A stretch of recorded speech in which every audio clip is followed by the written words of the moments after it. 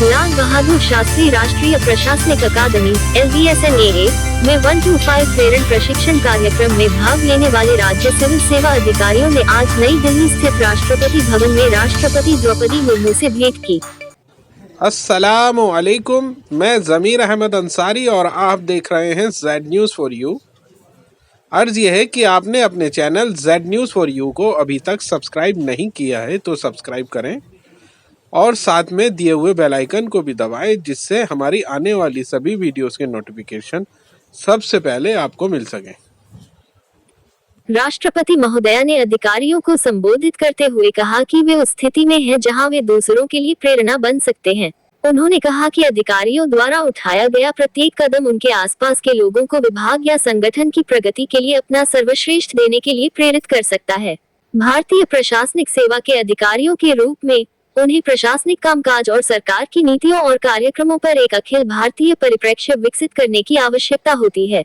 राष्ट्रपति ने कहा कि इन दिनों प्रौद्योगिकी सक्षम और जागरूक नागरिक प्रदान की जा रही हर सेवा की उपलब्धता पर नजर रखते हैं, चाहे वह सार्वजनिक हो या निजी। ये अक्सर पूछे जाने वाले प्रश्नों के दिन हैं और सेवा प्रदाता सक्रिय रूप से प्रश्नों का उत्तर देते हैं और ग्राहकों को संतुष्ट करने का पूरा प्रयास करते हैं।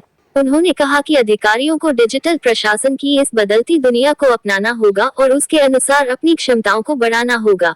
उन्होंने कुशल और स्मार्ट प्रशासन के लिए आर्टिफिशियल इंटेलिजेंस, AI, ब्लॉकचेन और बिग डेटा एनालिटिक्स जैसी नवीनतम प्रौद्योगिकियों का उपयोग करने का आग्रह किया। राष्ट्रपति महोदया ने कहा कि यह वह समय है जब सहयोग और अनुकूलन समय की मांग है। उन्होंने कहा कि कम समय अवधि में वांछित परिणाम प्राप्त करने के लिए संगठनात्मक, राज्य, राष्ट्रीय और अंतर्राष्ट्रीय स्तर पर विभिन्न हितधारकों के बीच सहयोग आवश्यक है।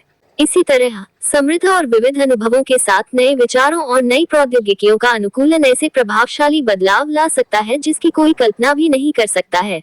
राष्ट्रपति महोदया ने कहा कि अधिकारियों को कोई भी विकास का कार्य करते समय स्थिरता और समावेशिता को हमेशा ध्यान में रखना चाहिए।